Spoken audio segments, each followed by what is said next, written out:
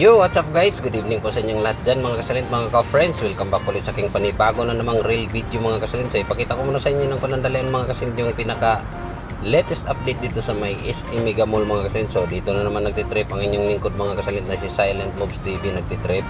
So yun, pakita ko lang sa inyo ng panandalian mga kasalint. So 40 years na po si SE Mega Mall mga kasalint. So nagpa-promo po sila ngayon mga kasalint. Nagsisale sila ng 50%.